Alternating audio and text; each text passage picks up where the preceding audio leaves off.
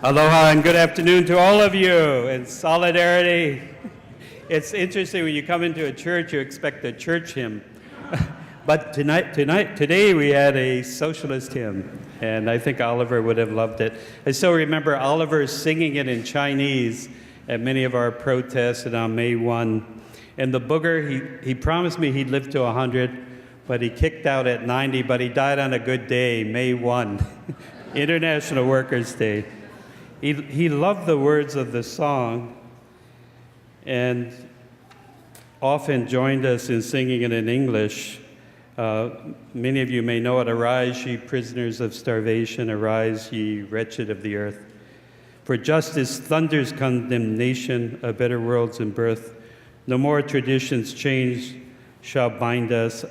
Arise, you slaves, no more in thrall. The earth shall rise on new foundations. We have been naught, we shall be all. And I know Oliver came from that philosophy and that vision of the world that he wanted. He would also be the first to acknowledge that today should not be about him. It's actually about all of you who are with him in the troubles, the challenges, and in the struggle for peace and justice. So this is a celebration of you in the context of Oliver's life. Many of you have been part of that movement for peace and justice. So many of our mentors from that period have passed on, more than I can name: John Kelly, Aiko, Rachel, Pete Tagalog, people in the struggle, and I don't want the Johnsons, etc. So we're blessed that Oliver was one of the last, and we have a few of that generation still here with George Simpson and others. I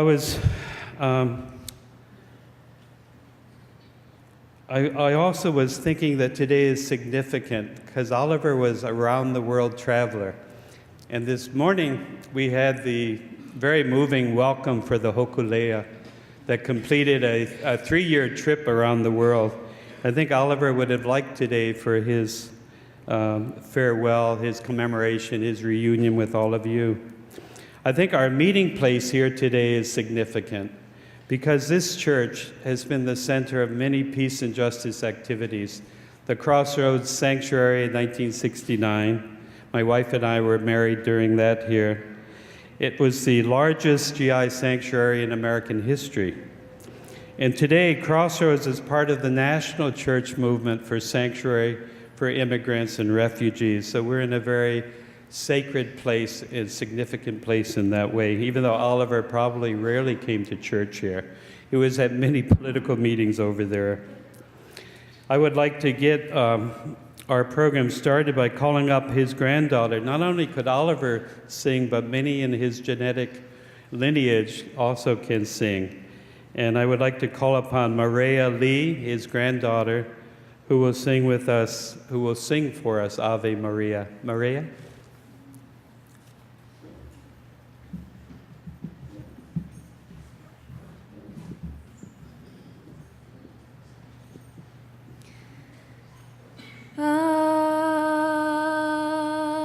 Ave Maria,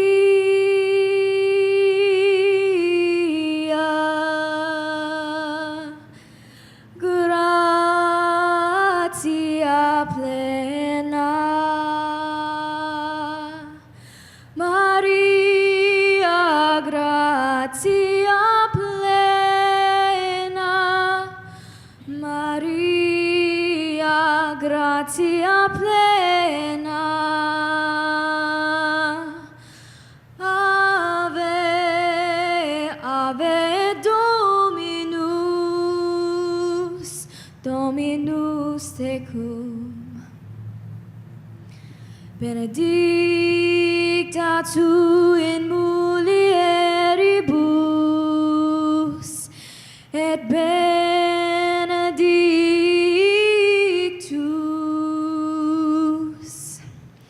et benedictus fructus ventris tui, Jesus.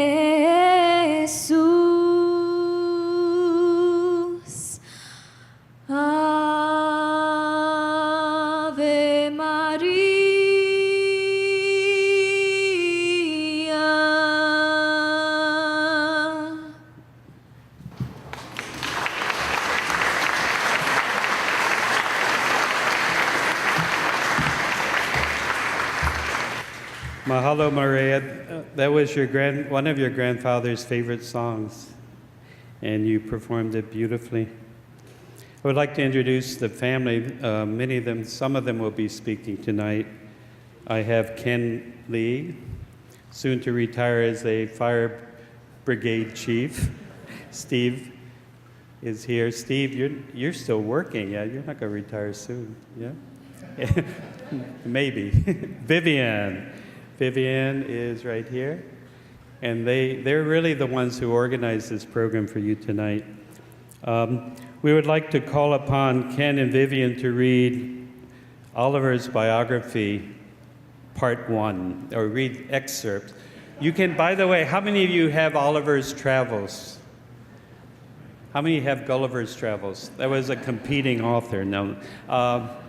Oliver's Travels are available to you, books in the Webster Hall. So if you have to leave before we go to the reception hall, please get a book.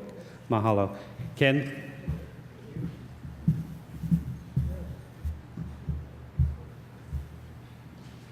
Okay, so yeah, free books as long as you promise to read it. My dad would have liked it that way. Thank you to my sister Vivian for writing this excerpt of biography part 1. Okay, Oliver Minseem Lee was born on December 7, 1925 in Shanghai, China. He didn't have a birth certificate, so we're not really sure of the exact day or even the year, really.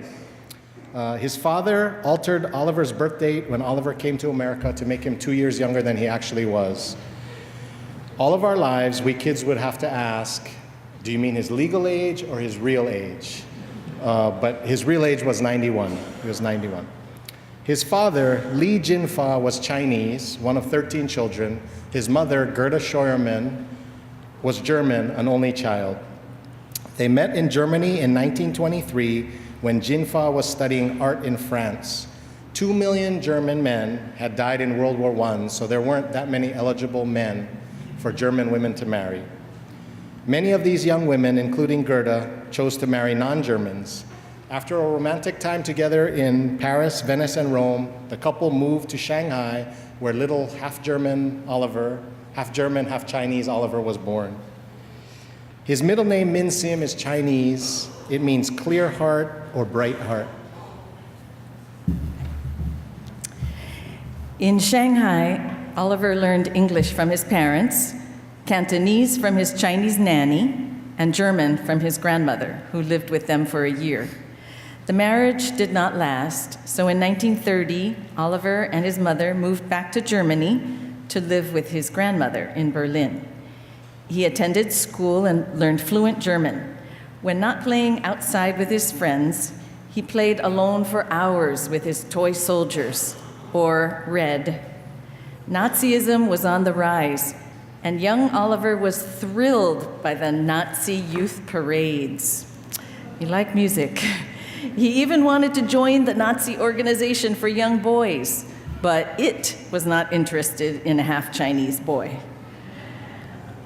Oliver's father wanted to get him out of harm's way, so in 1937, at age 11, Oliver traveled with some Chinese student guardians hired by his father to accompany him from Berlin, overland to Genoa, and onto an ocean liner to Hong Kong, where his father met him. Now, you might think that this month-long voyage, separated from his mother and his grandmother, would have been difficult. No. In an early manifestation of his positive outlook on life, he enjoyed the adventure and was sorry to see it end. 11 years old, no mommy or grandmother. Oliver lived in Canton with his father, stepmother, and younger half-brother, Minseem. But soon, because the Japanese invaded China's northeast, his father relocated the family to the ancestral village in the remote interior of Guangdong province. This area is populated by Hakka people who had migrated from North China 1,000 years ago. The Hakka still retain a distinct language, customs, and traditions different from the Cantonese who surround them.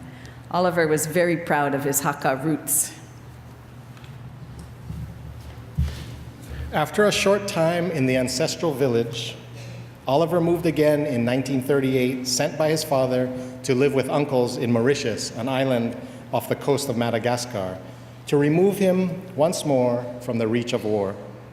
Although the promised reunification of the family did not happen for 7 years, that part was heartbreaking to me when I read his book. His father kept saying, "We're going to get you, we're going to come and get you," and he never did because his father remarried. Anyway, but he was happy, and like my sister said, he was always positive, and he was just excited to be playing with his friends.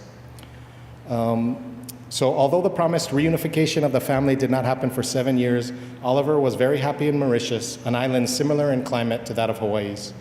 His uncles were the owners of 6 plantation stores in this British colony, formerly a French colony. They gave him almost total freedom, so he and his friends went to school, played sports, hiked, swam, went to the occasional movie, and bodybuild. They were always flexing, fans of Charles Atlas. Oliver learned Hakka, French, and English. The family was reunited in 1945 in Iran, where his father worked in the Chinese embassy. But because educational options were limited in Iran, Oliver was soon sent to New York City to finish high school. Another adventure that he looked forward to, even though he would be on his own again. He was 20 years old, his actual age, a senior in high school, living alone in a Manhattan apartment. Thus far, he had attended 7 different schools on 3 continents and spoke 4 languages, English not being his most fluent. His first year in America was filled with new and amazing experiences, including his first letters to the editor. After graduating from high school, he was accepted to Harvard on a full scholarship. In his freshman year, he met Mei Li at a dance for Chinese students.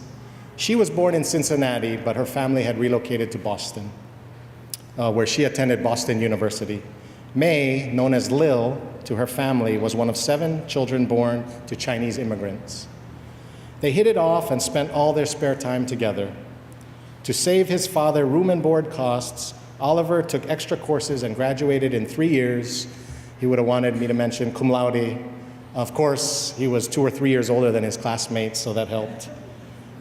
Oliver and Mei were married in July 1950. After May's graduation from Boston University in 1951, the newlyweds headed to Baltimore, where Oliver started graduate school at Johns Hopkins University. The evolution of his politics started to take a turn to the left.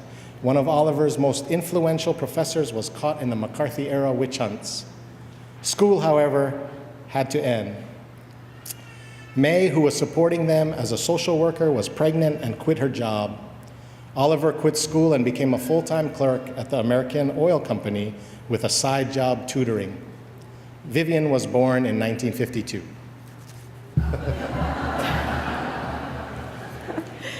Maybe I should fake my age. The family moved from Baltimore to Chicago in 1953 so that Oliver could attend the University of Chicago.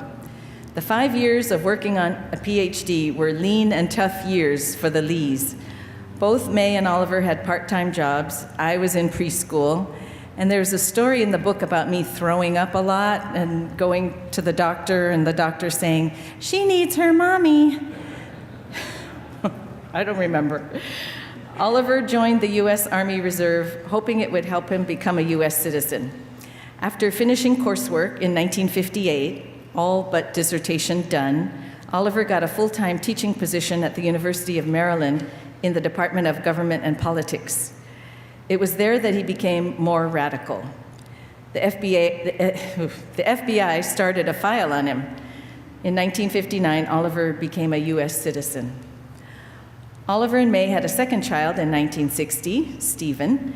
In 1962, Oliver received his PhD from the University of Chicago. Disappointed that the University of Maryland was not offering him a tenure-track position, Oliver got a job as a foreign policy analyst at the Library of Congress.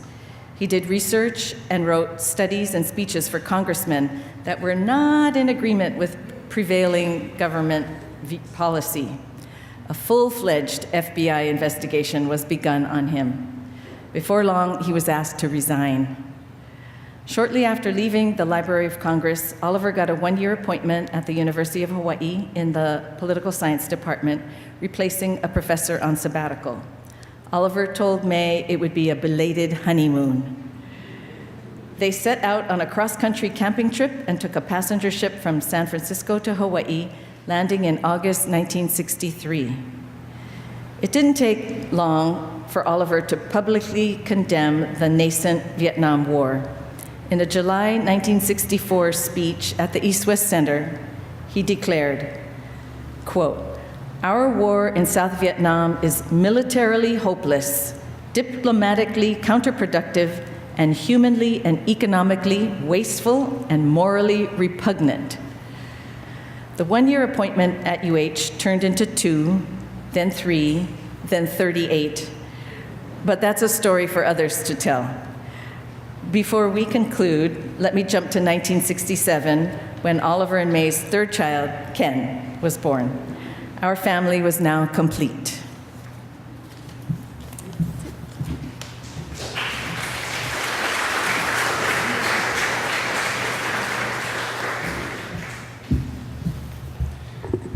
I'm glad Oliver introduced May in his volume, because I neglected to introduce her to you. May, could you please stand up? I have to.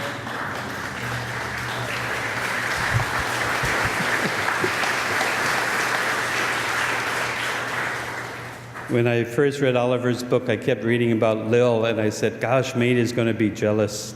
But that was you. I could tell from your picture. Anyhow, good to see you here.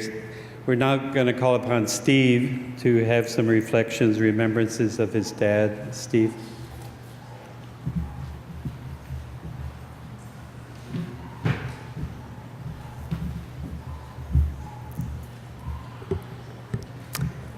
Good afternoon, everyone. Thank you for coming. I'm Steve, my dad's oldest son. I'd like to share with you today the experience I had enrolling in one of my dad's undergrad classes, Power in America. This was back in the 80s, and I was familiar with Marxism. I don't know why I decided to take the course. Looking back, I probably thought it would be a cruise course, easy credits. But that first day was rough. He had so many, shall we say, unique mannerisms. He did not mumble. In fact, anyone who knew him knows he spoke with the precise diction of one who has had to make a study of English. But he did stammer, especially when he got excited, which was often, as anyone who knows him also knows. He spent that entire first period talking about his upbringing, his background, where he had lived, kind of like his book, minus the parts about pretty girls. He was up on his toes, pointing, gesticulating wildly with one or both arms. I thought he was out of control, and I had never seen a professor act in that manner. After that first class, I will tell you, I felt physically ill. For you younger ones, may you never have to see your parents do what they do. It can be quite a shock. On the walk to the elevator and the long ride down, my fellow classmates made comments, chuckled, and shook their heads in resignation. Some dropped out. I admitted to nothing. This went on for a couple of weeks before I started to notice something. Often, after class, one or two students would stay behind to talk with my dad some more. And it wasn't always the same students, and it wasn't only the ones from the mainland. Sometimes they agreed with what my dad had said, sometimes they disagreed. More than once, I saw my dad more or less referee or mediate an impromptu debate between two students. And sometimes there would be a small group of students that stayed after class, gathered round, quiet, but listening to the discussion. Perhaps it's because I took mostly dry science courses at UH, but I had never seen anything like that. Now I recognize this was the Socratic method. My dad would expose the class to information and a point of view he deemed important, knowing full well it might be difficult to accept, but expecting, and being most happy to engage in further discussion right then or after class. Of course, this method is not without risk. It requires student participation. But my dad did not place himself up on a professorial pedestal in any way. He was open, transparent, flawed, interested, and excited. This made him and his ideas completely approachable, and this is why it worked. My dad didn't talk too much about his teaching style. He certainly never mentioned the Socratic method to me. But at the beginning of his tenure case, in a statement to Arts and Sciences Dean Furness, my father wrote, I quote, "I view my role of faculty advisor as being permissive, liberal, non-paternalistic, non-authoritarian.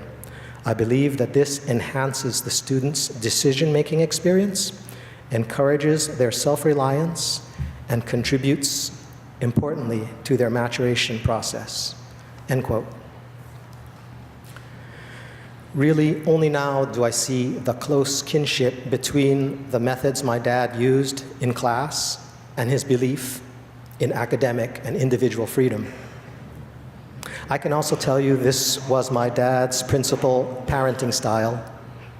As I said, with freedom comes a certain amount of risk. My dad had received criticism of his classroom demeanor over the years, primarily from those expecting tighter control of the classroom time. Fair enough, but as far as I know, Socrates was not a fan of the PowerPoint lecture. So was there a method in my dad's madness? I leave it to you to decide. I only tell you what I saw. Of course, the knowledge gained through intellectual freedom creates, at least in my dad's mind and the minds of many of his students, a responsibility to act. If you were to pick up a dictionary and look up the word activist, you might well find a small picture of Oliver Lee there. He talked the talk, and he literally walked the walk, most often with a bullhorn in his hand. I believe my dad was right when he said Chinese communism was good for the Chinese people, and the Vietnam War was an atrocity and a tragedy for all people. 50 years ago, he and many of the people in this very room helped the rest of us to see that.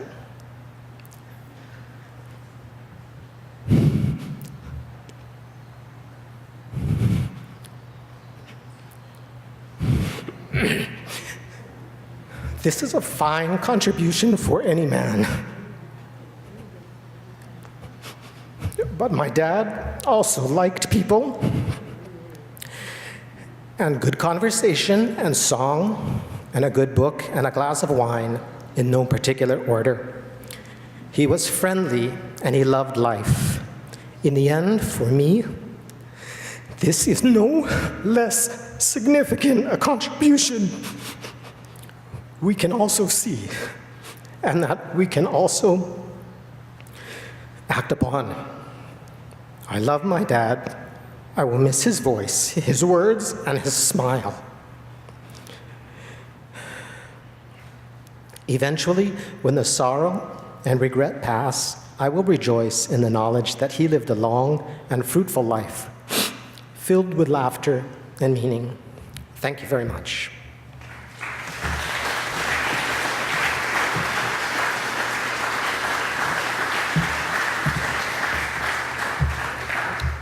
I admire Steve and Kenny and Vivian for being able to talk at all. I don't think I would.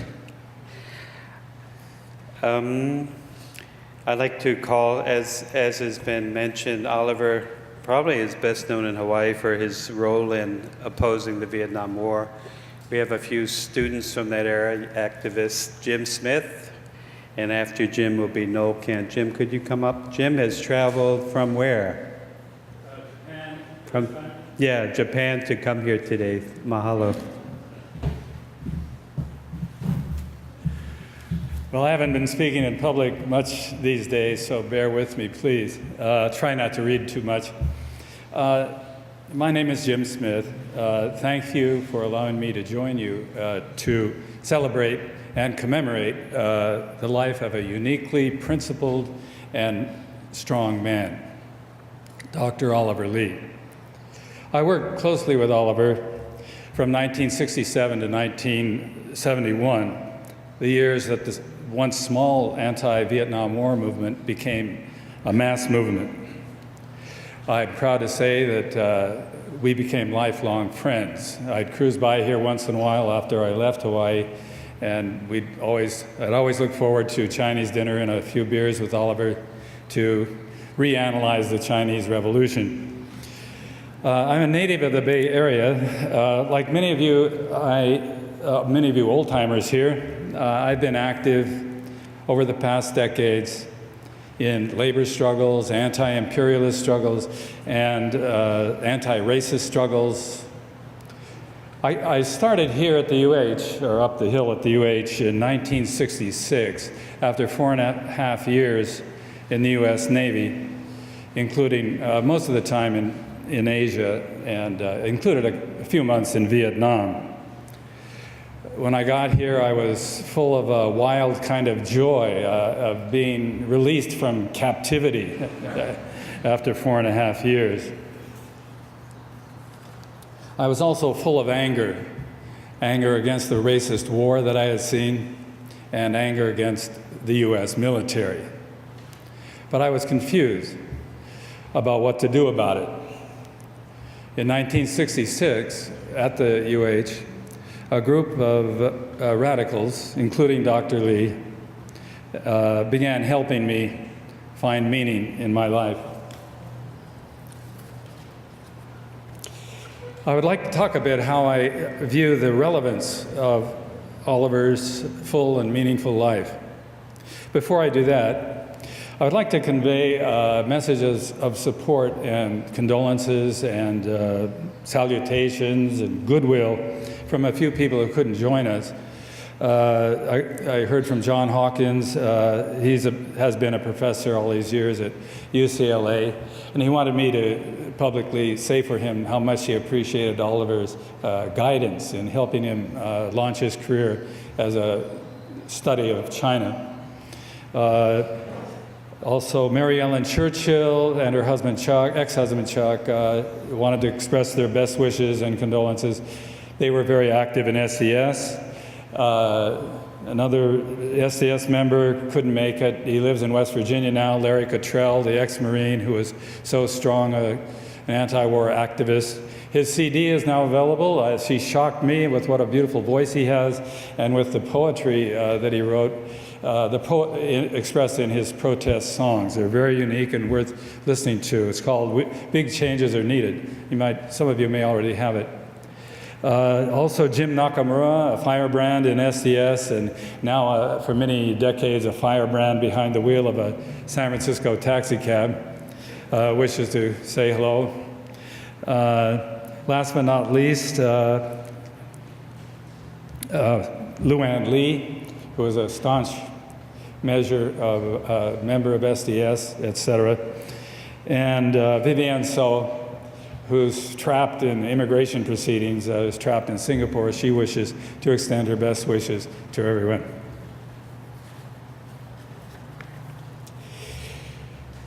Opposition to the Vietnam War unified or brought together a very diverse groups of individuals. The importance of that struggle transcended our individual differences. By the way, I'm duty-bound to describe the war against the Vietnamese people by a close friend and comrade. He said the other day, the Vietnam War was one of the longest series of war crimes in the history of mankind. That's a pretty good description. I remember Oliver's unforgettable description of that war. I'm sure many of you remember Oliver's clear analysis of what he tirelessly called an illegal, immoral, and genocidal war. But beyond that, the memory of Oliver's life will continue to inspire future generations because of the example he set of determination and strength. Oliver and Mei Lee led by example. They provided much needed guidance for the young folks among us in those days. Examples of dedication to the best of traditional values, dedication to family, and dedication to community, in their case, the international community. They also provided us with an example of how a person could be assertive and provide leadership without being domineering, without being egotistical, and without being condescending. Oliver's life also provides us with an example of adherence to a few key principles that I share, and so naturally I want to tell you about them. Oliver, first of all, let me say that Oliver's life also provides us with an example of a person who forged a new identity for himself. Oliver shook himself free of, as you'll read about in Oliver's travels, he managed to shake himself free of traditional reactionary values and ideas. His book, Oliver Travels, which I hope everyone reads, describes how that came about. I would also say that Oliver's adherence to a few key principles made his contributions uniquely valuable. A famous leader once said that facts are stubborn things. Well, Oliver Lee was stubborn about the facts. When he was a university student, he saw some of the best minds in America persecuted and in some cases broken down by McCarthyism. Then he confronted another set of facts. The more he studied the objective situation in China, Korea, Taiwan, and then Vietnam, the more he came to realize that the justification for U.S. policies being dished out to the American public were based on absolute lies. And these were lies with deadly consequences. Mass murder was being justified by anti-communism and complacently accepted due to anti-Asian racism. Once Oliver came to grips with these facts, he didn't shrink from taking action.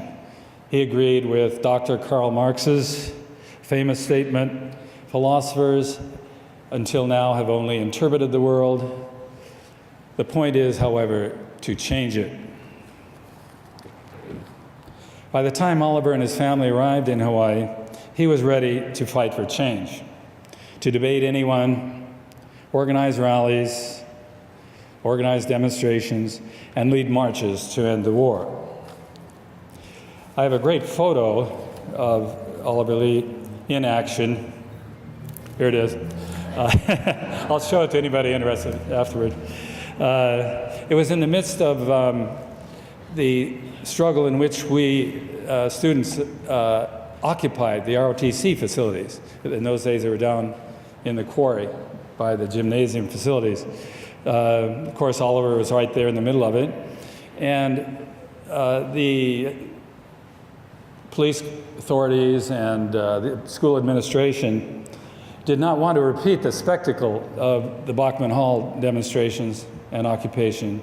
They didn't want to bring in the riot police and arrest 150 students, which, as many of you know, in Bachman Hall, once they did that, hundreds of more students got involved because they became angry at the sight of the riot police dragging students out of the building. So what Oliver is doing, he's burning a set of papers, maybe a couple of pages. But what was that? Those papers? That was an arrest warrant, a citation for his arrest for criminal trespass. And plainclothes police came to the site of the demonstration, passed them out quietly to 12 of us, including him. So Oliver announced to the group what he had in his hand, and then he proceeded to light it on fire and tell the authorities to go to hell, which happened quite a bit.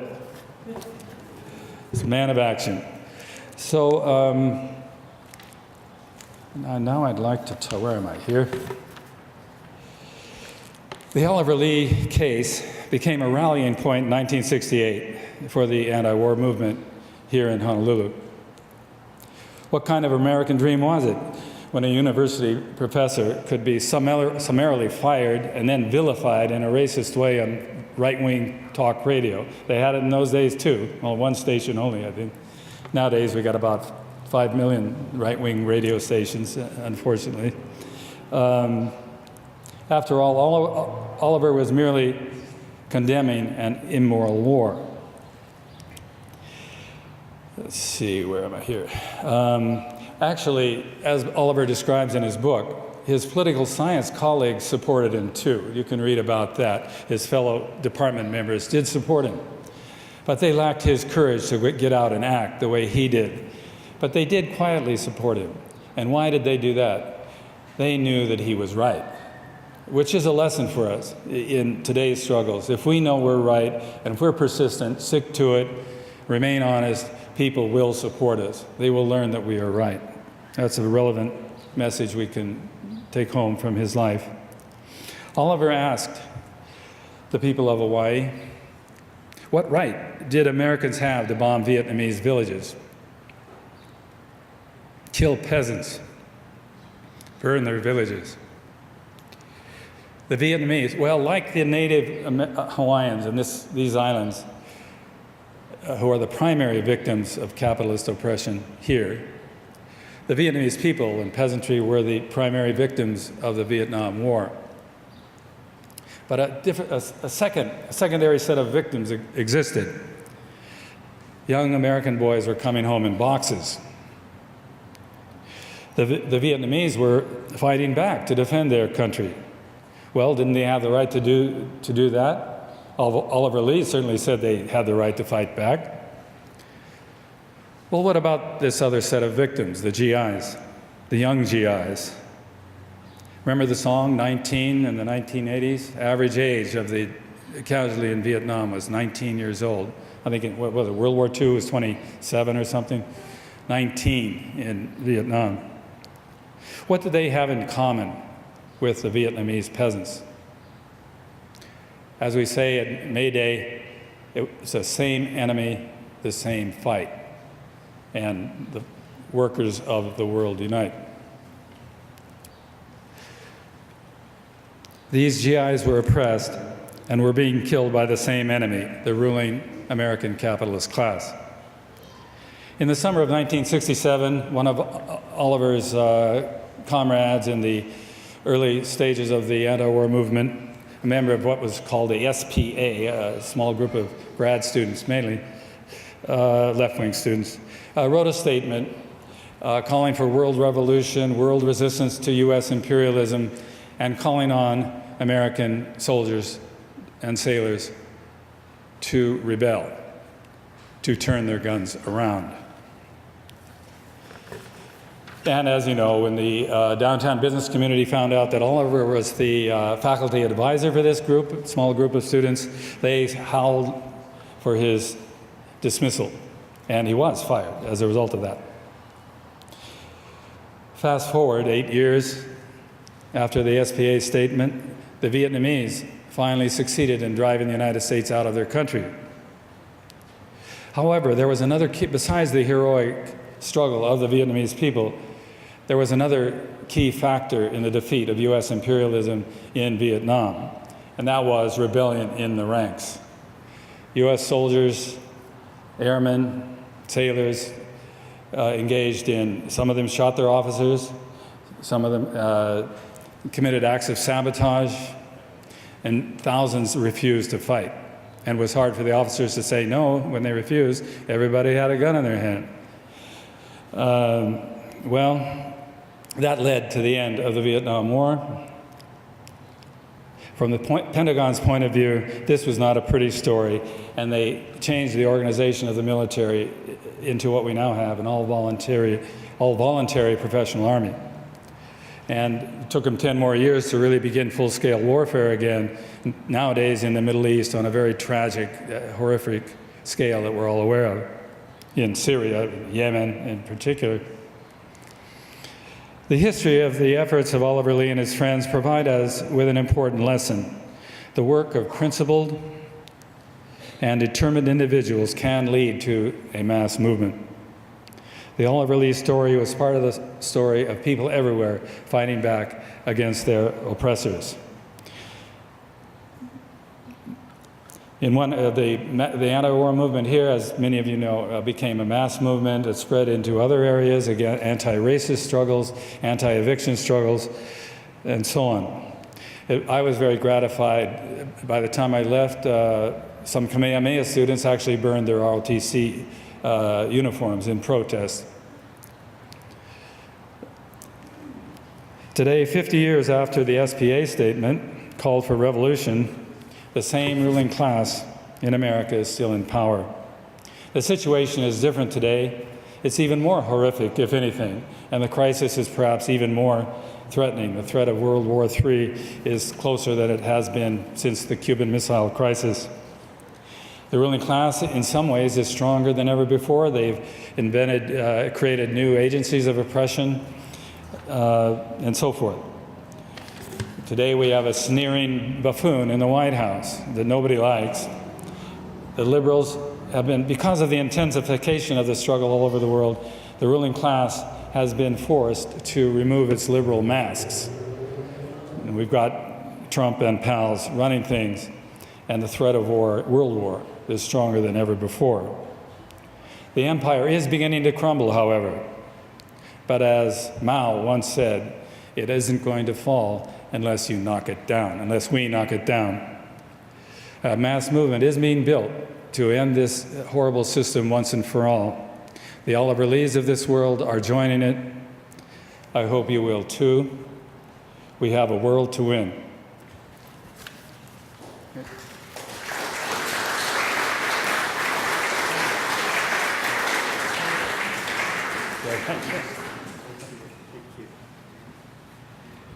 Another anti-war activist, Noel Kent, is going to speak on Oliver's role in that movement. Noel is a professor at the Ethnic Studies Department at UH.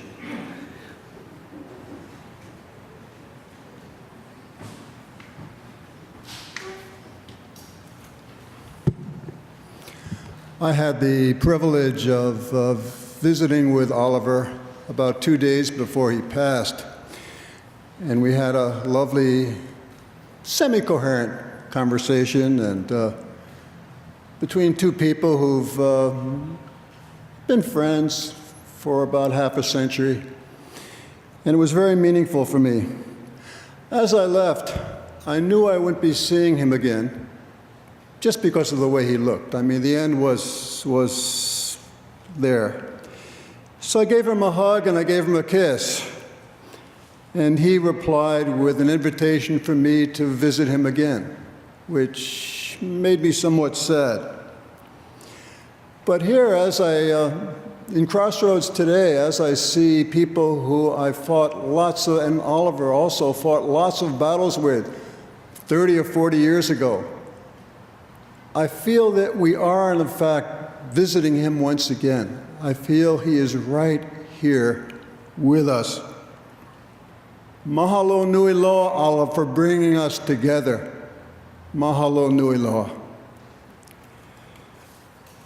Oliver liked to remind me where we met, which was at a picket line in the fall of 1965 at the Kennedy Theater at UH Manoa. And I was rather timid, and it was my first anti-war protest, and I didn't know anybody. And the man who was next to me started talking to me and chatting me up, and what are your views on the war? So I said, well, I supported it before, but after this massive infusion of troops and all of this, I'm changing my mind. And he said, good, good. So begins a half-century relationship. on this basis, working as Jim Smith did very closely with him on the Committee to End the War in Vietnam, SDS, organizing and speaking at rallies and all kinds of actions. Over the years, I found myself disagreeing, sometimes rather sharply, with some of his views, but I always had great respect for the human being himself as a person of principle, a person of courage, who unflinchingly put up with the abuse and threats, and he got them, that went with his role as leader of a highly unpopular protest movement in the military staging area where Vietnam was being attacked from. I think in the late 60s and early 70s, it's not too much to say that Oliver Lee was the most hated man in Hawaii. And he bore that. And May bore that too. And the kids bore that. And they bore it very, very well. He was vilified as unpatriotic. He was vilified as a person who was committing treason. And he basically was able to continue and not to be overwhelmed by all the vitriolic statements that were being made. We also appreciated Oliver as a person, apart from the politics. He had a real good sense of, he had a nice sense of humor. He was playful. He was earthy sometimes. And he wore these wild aloha shirts, these psychedelic shirts that could just knock your eyes out. I don't know if anybody remembers those. I'm sure May does, certainly. But I think he told me once at his birthday party that's the only shirts he had, so that's why he wore them. Okay. I also as an absent-minded professor myself, I also identified with how absent-minded he could be. So I recall one time we went to a demonstration near the Ala Moana Center. So he drove, and we parked on one of the levels of Ala Moana, you know, in that huge parking structure. And when we came back, we really couldn't find the car. We could not find the car. And we walked from level to level trying to find the car. And at one point, Oliver mentioned that this had once happened to him and he had to take the bus back. And I'm thinking, let's get home, Oliver, but I don't ever want to go with you again, you know, when you're, next time I'll drive. Okay. Eventually we found the car, which was very nice, which was very, very nice. There are some other people who wanted to make a couple of statements, and Jim has already mentioned some of their names, but they've sent a few things to me. Larry Cottrell, who some of you may remember, Larry Cottrell, wonderful person. My thoughts are with you folks. Oliver inspired me with his principle, strength, and courage. The image of these that come to my mind is my memory of he and May being arrested at Kaneohe Marine Base in late 1969. You remember that, May? Add a large measure of dignity to their reactions as the MPs roughly took them, and that was Oliver and May. Thank you. Mary Ellen Churchill, a filmmaker from San Francisco, who Jim also knows, and in fact is a neighbor of Jim's today. Active SDS member in the 70s. She and her husband and small child desperately looking for a place to live, and May and Oliver basically ushered them into a communal living relationship in the place that they were at. And Mary Ellen says that Oliver, quote, quietly endured the chaos and surprisingly never complained about the complications of living cooperatively. She thanks May and Oliver for their, quote, extraordinary solidarity and generosity. And finally, we have Bob Cahill, who was a longtime political science professor and colleague of Oliver's. Oliver was a warm-hearted, lively, scholarly, and optimistic man with an amazing smile. He was also an intensely rational student of politics and political life who inserted himself vigorously, now that's true, into public life on behalf of values he cherished and thought that the well-being of human beings depended on those values. He was a wonderful colleague and a critically important contributor to our department's mission in the university and the community at large. For me personally, he was a stunning model of responsible public action. He embraced the responsibilities of citizenship.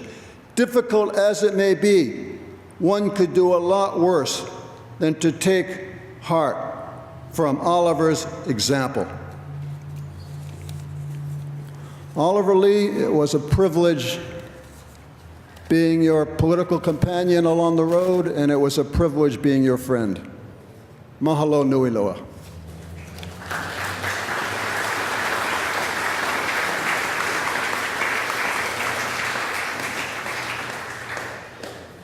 Thank you, Noel.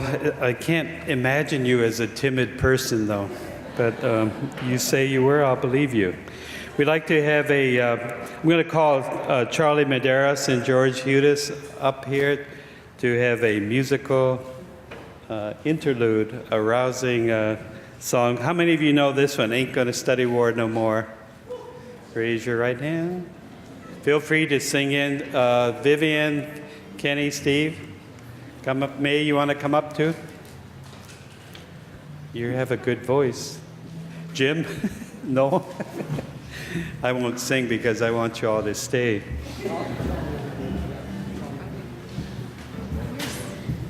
Kenny? Steve.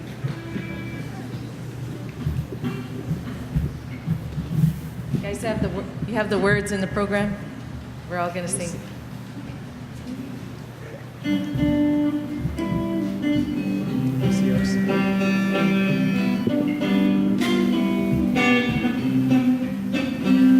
I'm gonna lay down my sword and shield down by the riverside, down by the riverside, down by the riverside. I'm gonna lay down my sword and shield down by the riverside. Gonna study war no more. I ain't gonna study war no more. I ain't gonna study war no more. I ain't gonna study war no more. I ain't gonna study war no more. I ain't gonna study war no more. I ain't gonna study war no more. I'm gonna lay down my heavy load down by the riverside, down by the riverside, down by the riverside. I'm gonna lay down my heavy load down by the riverside. Study war no more. I ain't gonna study war no more. Ain't gonna study war no more. Study war no more. I ain't gonna study war no more. Ain't gonna study war no more. Ain't gonna study war no more.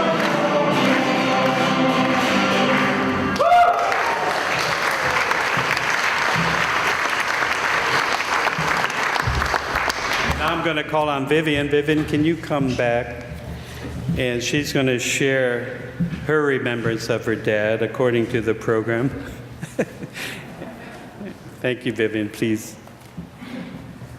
I remember Oliver singing that song with so much spirit and so much force, so it was nice to hear his children do it. Yeah, actually, Ellie Chong, who was the songbird of the 60s, I guess, she always brought her guitar and sang. And I talked to her on the phone. She couldn't come, but she said, if you're going to sing songs, should be Ain't Gonna Study War No More, Blowing in the Wind, and This Land Is Your Land. And she remembers singing them with Dad, so that's why we're singing them today. I'm Oliver's firstborn child and only daughter. That automatically makes me his favorite. I was born on his 27th birthday, so my Chinese name means something like happy, fortuitous birth coincidence. Having the same birthday gave us a special bond, and having the same birthday probably saved his life. On our birthday in 1995, he called to wish me a happy birthday. He told me that he had been experiencing terrible abdominal pains, so much so that he had to cancel class. And I knew this was serious because he never canceled class, but he also never went to the doctor. I had him talk on the phone right then and there to Charlie's dad, who was a doctor. Fred told him to go to the emergency room immediately. It turns out that Dad had rectal cancer, which was blocking his colon, and it likely would have killed him if he had waited much longer to seek help. After surgery, he lived over 20 more years with an ostomy bag, an external poop pouch, as his constant companion. And not once in all those years did he ever complain about that bag, ever. This is just another example of his deep optimism and positive outlook on life. He was grateful to be alive and was appreciative of each day because they were all extra days that he had been gifted. My memories of Dad go back to about age 4. At that age, he taught me how to play poker. I was gambling with pennies, his pennies. Other times, he'd pretend to be a grinding machine, and he'd chase me around the apartment, me screaming with terror and delight, trying not to get caught and be ground up. Often, he and Mom would hold this long piece of bamboo over the bed, crossways, so that I could do gymnastics tricks on the pole. They were very indulgent parents, and I had them to myself for 7 years. I feel lucky to be the oldest because I got to be with Dad the longest. When he started to speak out against the Vietnam War, I was already old enough to understand why. I was listening to the adults talk. I was reading Ramparts magazine and other radical materials lying around the house, and I was against the war too. I understood that his views were unpopular. I knew he had received threatening phone calls at our house, but I was proud that he stood up for what he believed in, that he questioned the prevailing view. I learned from him that capitalism is not the best system for creating social and economic justice. I absorbed from both of my parents an aversion to materialism and consumerism. And for these life-shaping insights, I'm very grateful. Though Dad and Mom were politically radical, they were not dogmatic on a personal level or consumed by politics. We did a lot of apolitical things. We went to Queen Surf Beach almost every weekend. We watched TV together. Mitch Miller's Sing-Along, Dick Van Dyke, Carol Burnett. We even occasionally got hamburgers from Scotty's Drive-In on Keomoku Street. That was a treat. We weren't poor, but we didn't have a lot to spare. But because Dad valued travel, we crossed the US mainland coast to coast 3 times on camping trips. Dad took us on unforgettable trips to Southeast Asia, Hong Kong, Japan, and China. I'll never forget our 1975 trip to his ancestral village in China, when we were asked to sing in front of what seemed like half the village who had gathered for a banquet in our honor. The only songs the whole family knew were Christmas songs. They asked us to sing for them, and we said, okay, let's sing Christmas songs. So there we were in Chairman Mao's communist China singing, "Joy to the world, the Lord has come." But when asked for the meaning of the songs, Dad told them they're children's songs. Wherever we traveled, we stayed at inexpensive hotels and stayed away from tourist traps. Cheap hotels, actually. He wanted to show us how local people lived. And these experiences transferred his love of nature and his curiosity about other people's lives to me. I also absorbed from him his positive outlook on life. He enjoyed life. He fully expected to have a 95th and 100th birthday party. He loved to sing, he loved a cold beer or a glass of wine. He loved social gatherings with friends and never missed a family gathering with Lees and Rapoons. But he also spent a lot of time alone. But he was happy to eat dinner at Zippy's and then read and drink hot tea, with lemon, please. He loved a great book. He was addicted to reading. We called him Mr. Nosenbook.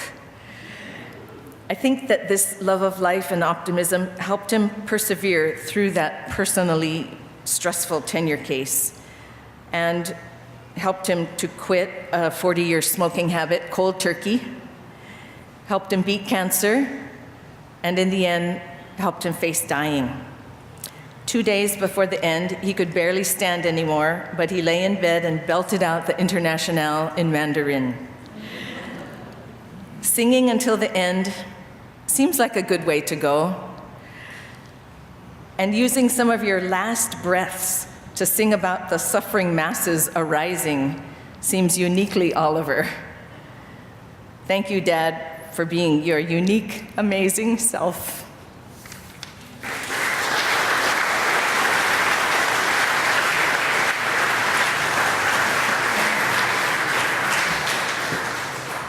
Mahalo, Vivian, you brought back memories of Oliver at Queen's Surf.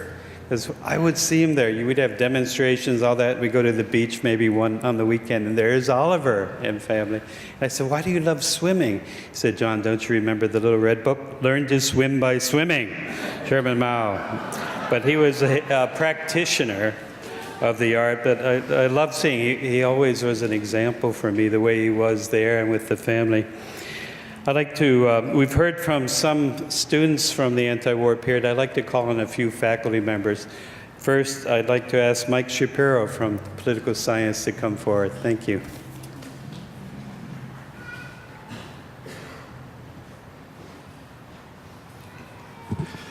Oliver and I became friends in 1963-64 when he was in the department for the first time, and I was finishing a master's degree. He was a fastidious scholar, a dedicated political activist, and an amazing friend. I gave my very first colloquium in the spring of 1964. There were probably 7 people there, and the only faculty member was Oliver. I tried to reciprocate at his 90th birthday by talking about what a wonderful scholar Oliver was after reading some of his work. But today I want to focus on another dimension of Oliver, and that is his community service. He was probably the most heroic community-serving faculty member in the history of UH, although the administration didn't recognize the kind of service that he gave. What was regarded as good service was helping the governor figure out his budget or something like that. But Oliver's service was much more important. He was steadfastly politicizing everything that went on. As some of you know, I ended up as one of Oliver's defense counsels in the faculty hearing committee when he was fired by the university. But one of the things I want to do is to give some recognition for the people who staged the defense. The chair at the time was Marshall Goldstein. He recruited me and Tom Donnell to be defense counsels. And Tom brought an amazing kind of technology with him, an expanding file, basically, which filled up in the first month or so while we were defending him. The prosecutors were Ken Lau from the administration and the dean, Todd Furness, probably one of the smarmiest deans we've ever had. Because when Todd decided to pass the letter to renege on the letter of intent to grant tenure, he was supposed to deliver it to Oliver's house, but he heard a dog barking, so he left it on a neighbor's door instead. Anyway, as the trial progressed, one of the things that I began to recognize about the University of Hawaii, it was, if, to borrow from Dickens, the best of times and the worst of times. Remembering Oliver makes me nostalgic for the Vietnam War in a way, because it was the time when the people became politically active and pulled together. In addition to the important role that Marshall Goldstein played, I want to recognize the Faculty Hearing Committee, a very conservative group of people. Frances Davis, a woman from the math department, Joel Trapido from the drama department, and Don Johnson, a Republican historian from the history department. And one of the things they did was they improved our case. Let me say something about the case that was really important. As Jim mentioned, Oliver was the faculty advisor of the Student Nonviolent Coordinating Committee on campus, the Student Partisan Alliance, rather. And they came out with a very incendiary statement about the Vietnam War. And Oliver disagreed with the statement, in fact, but he said, I'm not going to substitute my opinion for yours, and he helped them run it off and distribute it on campus. The administration, which was looking for an excuse to sort of reverse the tenure decision because they were under tremendous pressure from the community, decided to rescind the letter on the basis of this political act. In our defense of Oliver, we called many faculty advisors, and Oliver, in terms of amount of active versus passive advising, fell somewhere in the middle of the continuum. We also were very fortunate to have someone named Dick Richardson visiting. He was a legal scholar, and he pointed out that Oliver was on firm ground, and he wasn't putting the students in danger by allowing them to do that because of the nature of the cases that involve subversion. Meanwhile, the administration, the prosecutors, brought in testimony from radio interviews with Oliver. They couldn't believe that the position like Oliver's could be anything but subversive and dangerous to the university. Anyway, let me say something about the aftermath, which was really interesting, and that is that our president, then Tom Hamilton, who said he stood up for academic freedom, which was an interesting metaphor because he spent most of his time sitting drinking martinis at the Willows every day. But anyway, after standing up for academic freedom, he said, I now stand up for academic responsibility. And when the faculty hearing committee exonerated Oliver, he resigned in protest of the committee, thereby basically prejudicing the whole process because the regents didn't care. They were going to fire him anyway. The AAUP said, we'll censure. The regents said, we don't give a shit about censorship. We'll fire him anyway. But then they wanted to hire Harlan Cleveland as the next president, who said he wouldn't come with censorship hanging over our heads. So they gave him back his job for the wrong reason. But there's an episode that I want to mention that's kind of interesting. When the president resigned, a huge group of faculty members were terribly upset. They were really hostile to Oliver, and they wanted the daddy to come back. And they had this meeting in which they were going to condemn Oliver. Then Bob Cahill, who Jim mentioned, my colleague, managed to break up the meeting because what he did was he went to the meeting and said, just demanding that the president come back isn't enough. We've got to threaten to resign. Right? Well, that broke up the meeting. They all went home, as it were. Anyway, it was a wonderful time in terms of the way in which people pulled together. I'm nostalgic basically for the Cold War, and I'm nostalgic for the Vietnam War as a result. And I wish we had a cause basically that would help us, because warfare now, as Jim mentioned, is quite different. We don't have a battlefield any longer. We have what Gregoire Chamayou famously calls manhunts, right, which are decided in secret. And so the violence that goes on is something that is not palpable for us. And I wish Oliver was still around to basically help us deal with that. Thank you.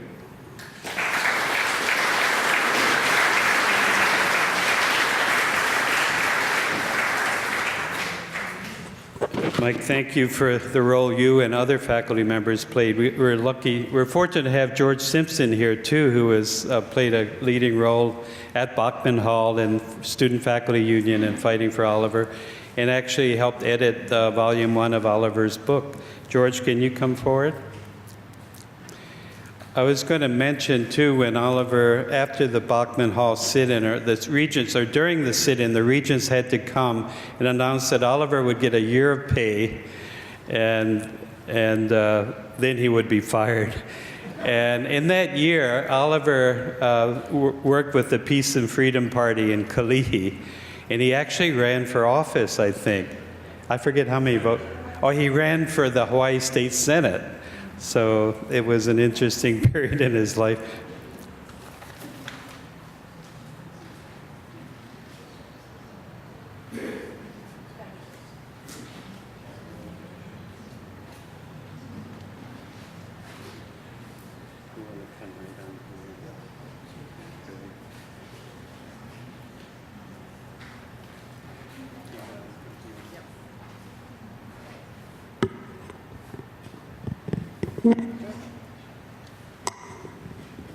Thank you, fellow helpers.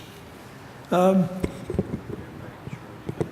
have only one important thing to say, and I am particularly modest about saying it because of all the richness of all the people that have gone before me.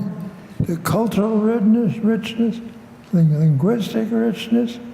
Oliver had 3 cultures going for him, and the richness of their various enterprises together.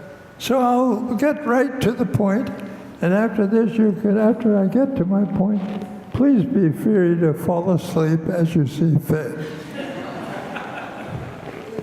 My point is this. Oliver Lee and the Oliver Lee case, but mainly Oliver himself, were the most important things that ever happened to the University of Hawaii.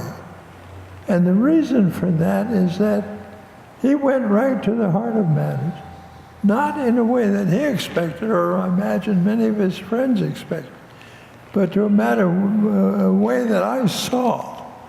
And that is, he left a legacy of freedom of speech. And if you look at yourself and then look at the television at the gorillas and chimpanzees and lizards and all the rest, you can see why our ability to talk is so important. Otherwise, we wouldn't be here. So that's the main point. And but I got some others, and those of you who are not asleep can listen to them.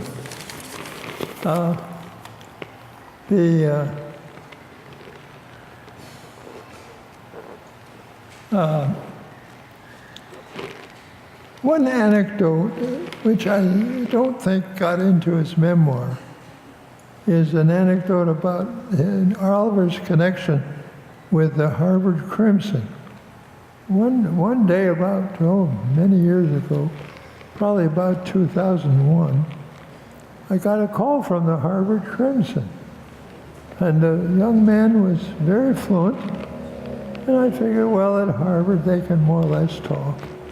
And so he said, I would like to get a story from you about Oliver, because Oliver Lee is one of our notable graduates of the class of 1951. I don't think that made it into the memoir, but it should have. Also, in the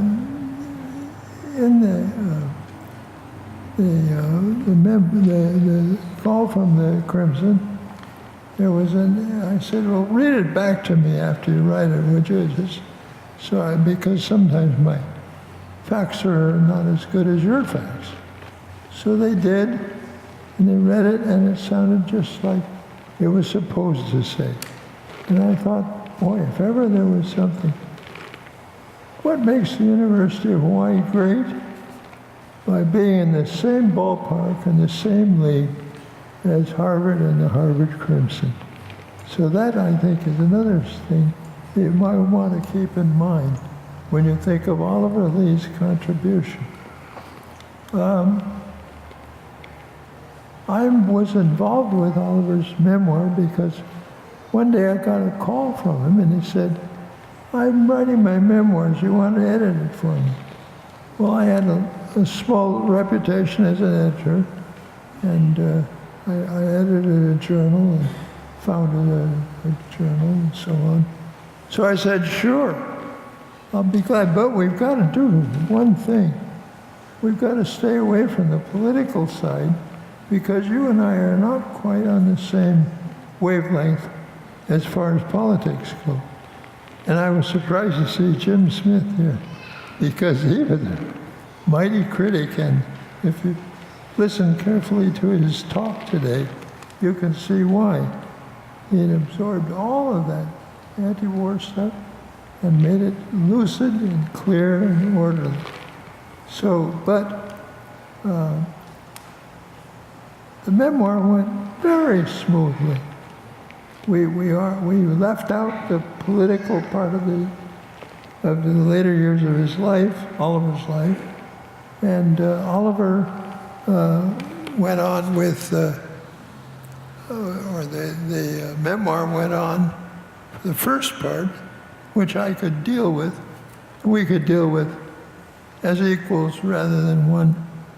Well, I guess you'd say Oliver was the left of the left and I was the right of the left. So that made a difference. But it was extraordinarily good work, title, if you want, sub description. And it did. And I said, people want to know what's going on here. And he said, yeah, that's right. So anyway, we had a very congenial year or so editing the early part of his memoir of a man who had three cultures, as I mentioned before, the German and the Chinese and the American. And the thing also that was very gratifying was that Oliver had a sense of humor, and he's told this joke on himself many times. He said, well, you know, I grew up in Berlin when I was 8 years old, and I wanted to join Hitler Youth. So he went marching down to some office of some sort, and he joined Hitler Youth, or he tried to join Hitler Youth. They said, yes, but you do not quite qualify. So that was the second thing. But editing was a good experience, an experience with a very intelligent and tactful man. I think so much of this has already been mentioned by the previous speakers. Well,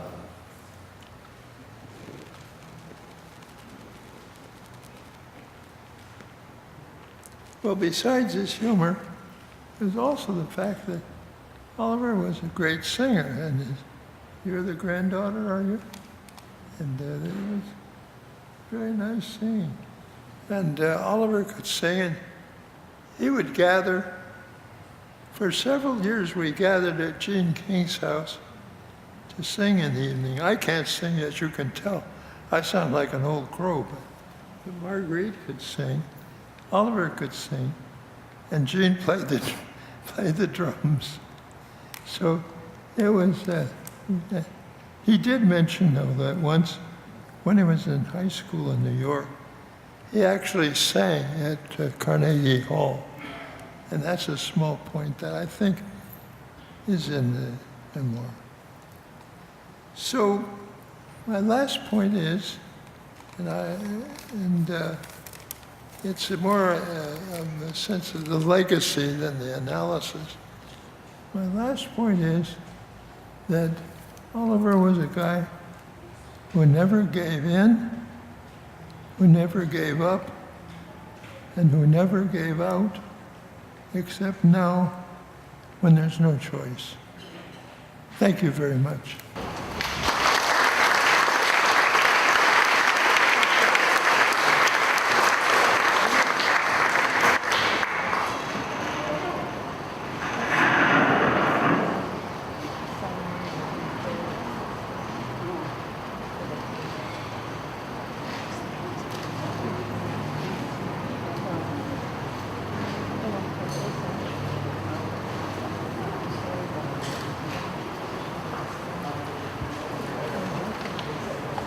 Mahalo, George. Now that you've heard his praise for Oliver's book, don't forget to get it, pick it up in the reception hall. It's at a good price, $0, a gift from the family.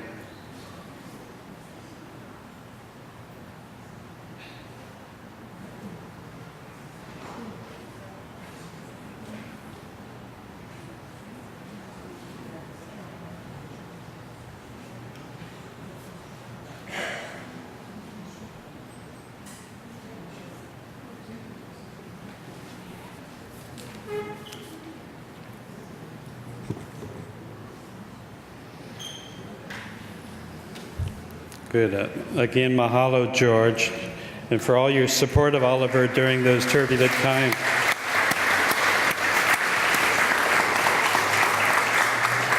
Oliver knew people all over the world, and he's got statements from people that wanted to be here today but couldn't. Shu Ming in Laos sends her condolences to the family and her thanks to Oliver and many of you for supporting her in Sambat. We also have Helia Manson in New York, and he writes, I met Oliver 50 years ago at Manoa campus when I joined the faculty. Those were turbulent times, and the Vietnam War had created tremendous opposition. Oliver Lee then was singled out for his involvement in the protest movement against the war. And in protest of his firing, students and faculty organized a strong protest at Bachman Hall. He was then denied tenure. This is the beginning of my friendship with Oliver. Years later, he gained his tenure with the strong and long support from faculty and students. In the many years since then, we have remembered friends and seen each other every year in Hawaii or in New York, where we now live. Oliver's spirit, discipline, and courage was an inspiration to many of us, fellow faculty members and students, and still is. He sends the family his best wishes and aloha. I'd like to now call on Kenny to share his reflections and memories of his dad. Thank you.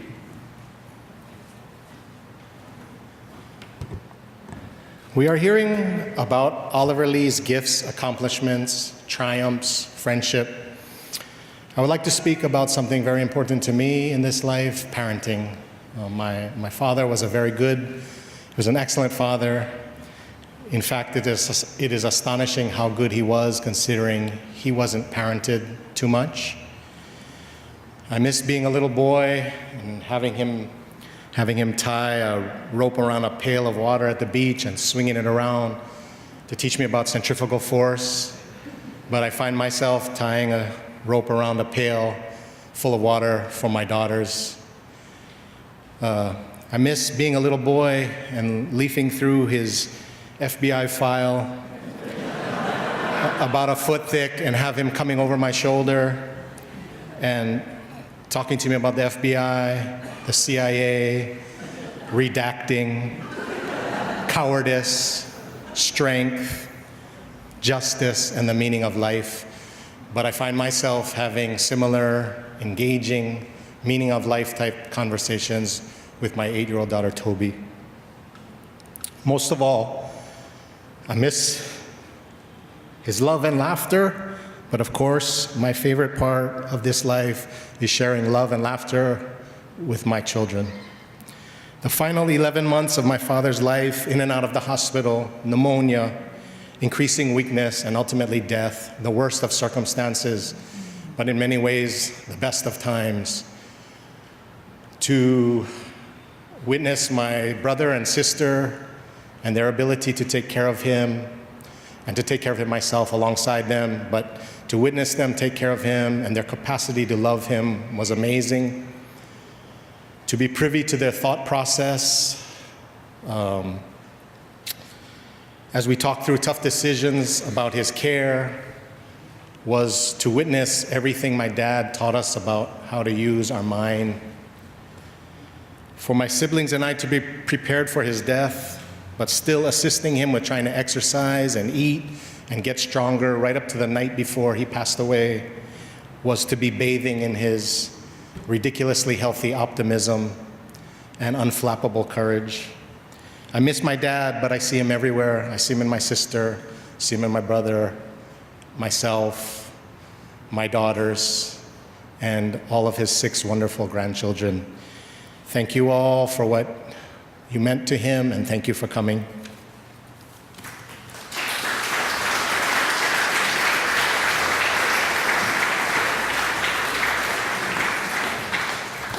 We're going to have Charlie Medeiros and George Hudis will, oh, thank you. We keep missing our files. We keep borrowing. Oh, okay, yeah. Come on forward. We're going to sing again another song that Oliver loved to sing with Ellie Chong and all of us. and George Hudis and Charlie Medeiros will lead us along with Vivian and Kenny and anyone else who would like. Steve.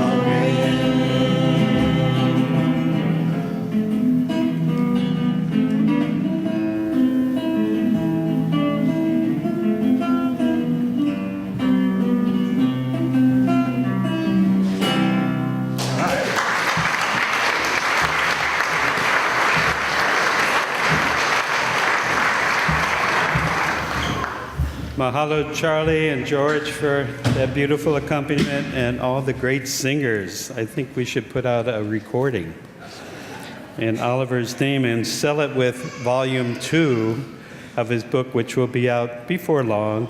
Remember the commercial announcement I made? Your free book is available across in the reception area, the hall. Oliver's Travels, The Making of a Chinese American Radical. The speakers have taken Oliver up to about April 1970. After he got his tenure, he was relieved that he was able to support his family and could live in Hawaii, and he felt redeemed, I think, or absolved of all the condemnation he had gotten, and he was moved by the support of faculty and students. At that time, he was 45 years old. Not one to rest on his laurels, he continued his activism. One of his causes involved Chen Yushi, a former East-West Center student from Taiwan, who while he was in Hawaii had befriended John and Aiko Reinecke and other leftists in the community, including Oliver. Chen was imprisoned by the Taiwanese government for allegedly spreading pro-communist China propaganda. Chen, now a professor at Taiwan, has asked his friend John Swindle to read a short statement from him. John?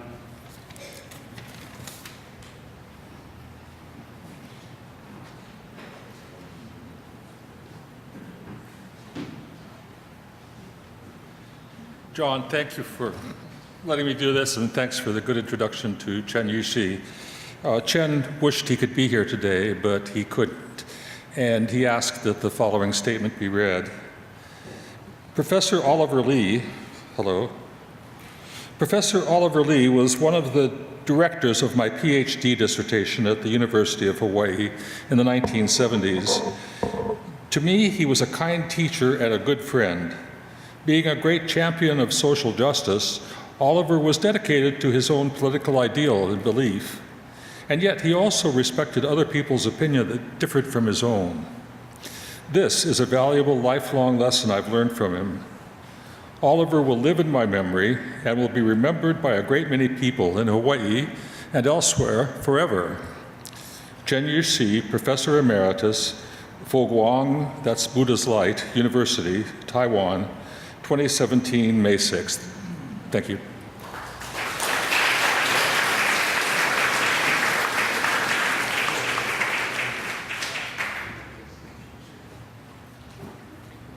It was quite an inspiring movement and demonstrations in Hawaii that got Chen out of jail and got him released. So it was one of the victories of the movement, I think, that Oliver relished, as we all did.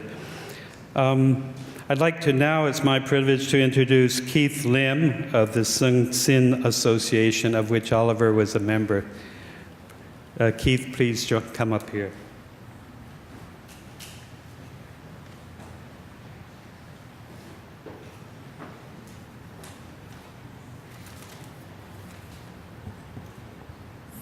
I met Oliver in 2002 and I became a member of Sung Sin Association, but he was a member long before I guess his, on the registry, it said 1974 when he joined us, but then there's a note on the side, it says 1967. Now I understand. To the Lee family, on behalf of Sung Sin, our sincere condolence. And thank you for giving us this time to honor our great Hakka member. I guess for those of you who knew Oliver very well, you may be able to relate what I have to say. Some of you wonder, what is a Hakka? In short, the Hakka people were some of the most first communal tribes out of central China that developed and kept their distinct simple dialect despite the invading ruling party's dialects of the past. In general, they were considered the pure Han Chinese. The Hakkas were very industrious and very clannish, so much so that the other tribes often hated them and tried to take them out. They were very tough and hard-headed people, but knew enough to how to survive and get out of town if the going got too rough. This is for the survival of the family. As is known, the term Hakka or Kajia in Chinese means the guest people. They moved around the different regions of China and the world, and thus were considered the Jews or Gypsies of China. They carried with them their ability to inhabit the most inhospitable places of the regions, usually the mountainous and mountains, and they maintained their own agricultural practices of terracing land and preserving water and irrigating crops and also preserving foods so they can quickly escape, again, if necessary. Among the most cherished behavior was their educational system for their young. They made sure that all of their children were educated, so wherever they settled, they formed their own schooling system. Oliver experienced this directly when growing up in China and in the Mauritius, which is off the coast of Africa. He was very proud of his experiences and lived by the lessons he learned from them. Another characteristic Hakka trait of the Hakkas in history is that they became very good at the art of war and revolution. So it was genetic. As they were very instrumental in the changing history of China as we know it today. All of us know that Oliver had his own revolution. and never backed down, despite the hardships he had and his family had to endure. This is the sign of a true Hakka. At Songsin, we had the honor and pleasure to know him since 1974, when he became a full-fledged member of Songsin. He participated and contributed to many of our meetings, but notably, he had served the last 8 years as our Chinese secretary and also an oracle to all that is historically Hakka. He shared many lectures on the origins, the migrations across China and the world, and commented about many Hakka names, as well as famous Hakka leaders around the world. He did this with detailed maps, graphics, and old pictures of our old registry. He was also kind enough to teach some of us the language dialect which he learned from his father and instructors from the Meixian area of China. This was the area where the true unadulterated Hakka is spoken. I guess in comparison to the other dialects of Hakka, it is the equivalent to speaking the Queen's English, I guess. And he was very proud of this and to pass it on to our members. Just late last November, he provided a detailed 1-hour lecture to the upcoming Narcissus Queen contestants, an introduction to Hakkas. The lovely ladies loved this gentleman so much and appreciated his work.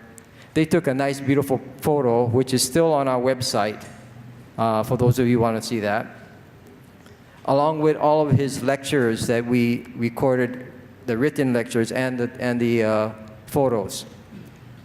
In short, there was never a moment that we did not learn something new about the Hakka culture from Oliver. And as a result of this, the officers and board of directors of the Songsin Association on June 11th, 2017, which was last week Sunday, resolved to name our annual scholarship the Oliver Minseem Memorial Scholarship in hope that all who apply for it will become as great an educator as he was. Thank you very much.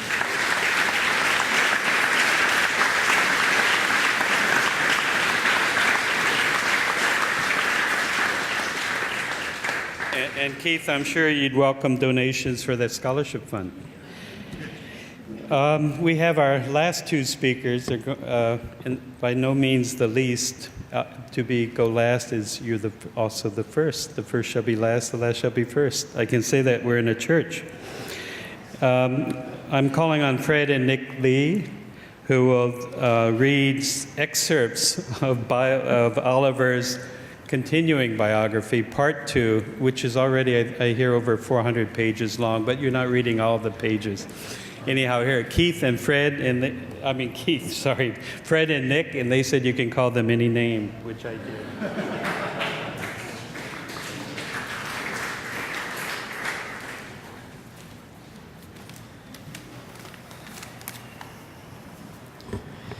In the second half of his life, Oliver traveled extensively. He took numerous trips to Europe and other places with May, or Popo as we call her. He also took a total of 10 trips to China. 4 of those trips included, in his words, heartwarming visits to his ancestral village in Guangdong province. Upon returning, he always entertained us with stories like the time that he almost bought a medicinal dried tiger's paw, probably highly illegal, or some other misadventure. In 1995, he was diagnosed with colon cancer and underwent surgery and chemotherapy. I don't remember much about it, which says something about how young we were, but also how little it slowed him down. Less than a year later, he was back traveling in China, this time with our family, as well as Ken and Steve. I remember on that trip, he would strike up conversations with random people, and by the time the train came to a stop, they would be inviting us into their homes. Despite his bookish ways, he was a real people person. Back home, he also dabbled in acting, including a memorable role as a corpse in a morgue on Magnum P.I., where only his feet could be seen. He participated in numerous demonstrations against U.S. military interventions, and he was always a memorable presence there with his pot and wooden spoon and powerful voice, even oftentimes overpowering those who had the actual bullhorn. One of the things he looked forward to every Sunday was his long walks with May in Aina Haina. When her hip prevented her from walking, they found small ways to enjoy each other's company. He would bring her the Sunday paper, and they would have dinner and watch opera together. They were a part of each other's lives for 68 years. To us and to Mars and Gigi and Toby and Tracy, he was Gung, the babysitter, the buyer of Zippy's cheesecake, the singer of Christmas carols. In our lifetimes, we loved spending time with him and the Lee family at Queen's Surf and Kaimana Beach. Oliver's Chinese name, Minseem, means bright heart. We all miss him in different ways, but we will all miss his bright heart and the laughter that came from it. Thank you.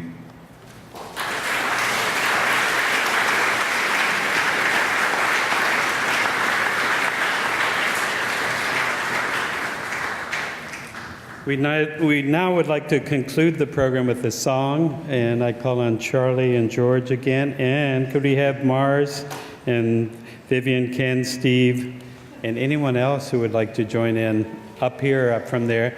This land is your land. It's in your program too, I believe.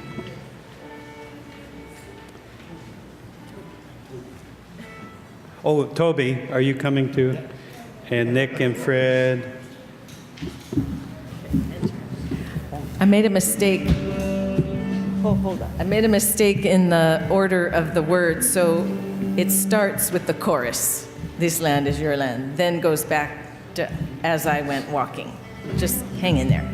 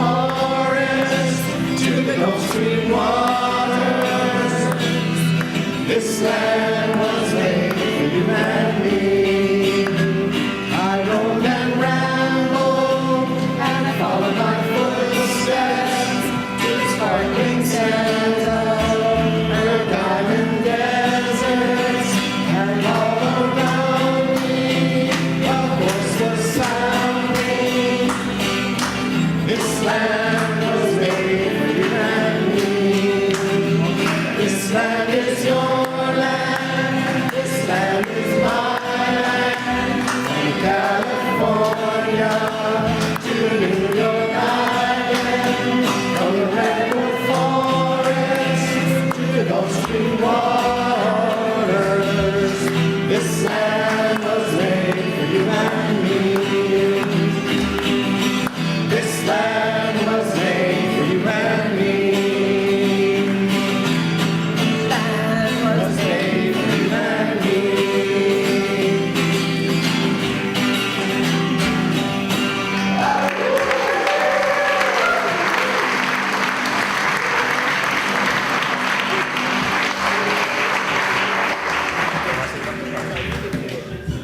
Thank you, everybody, for coming. There's a whole mess of food over there, some of my father's favorite Chinese foods. Like they said, the book over there, please. I know this went a little long, but over there is going to be the party, so let's all enjoy each other over there if you can. If not, the family will be in the grassy area. Thank you all for coming. And thank you to the family for entertaining us and bringing Oliver back to life. Across the hall, we'll also show you segments of Oliver Lee tenure case movie. So if you want to see Oliver, and we'll also have a movie that Danny Lee will present. In this movie, Danny was a worker and Oliver was the oppressive employer. And the whole family was in the movie. So if you'd like to see parts of those movies, and also just go back and talk and have fun. What a great reunion it was. Mahalo to you all for coming. Drive home safely. Thank you, John, for emceeing. Thank you.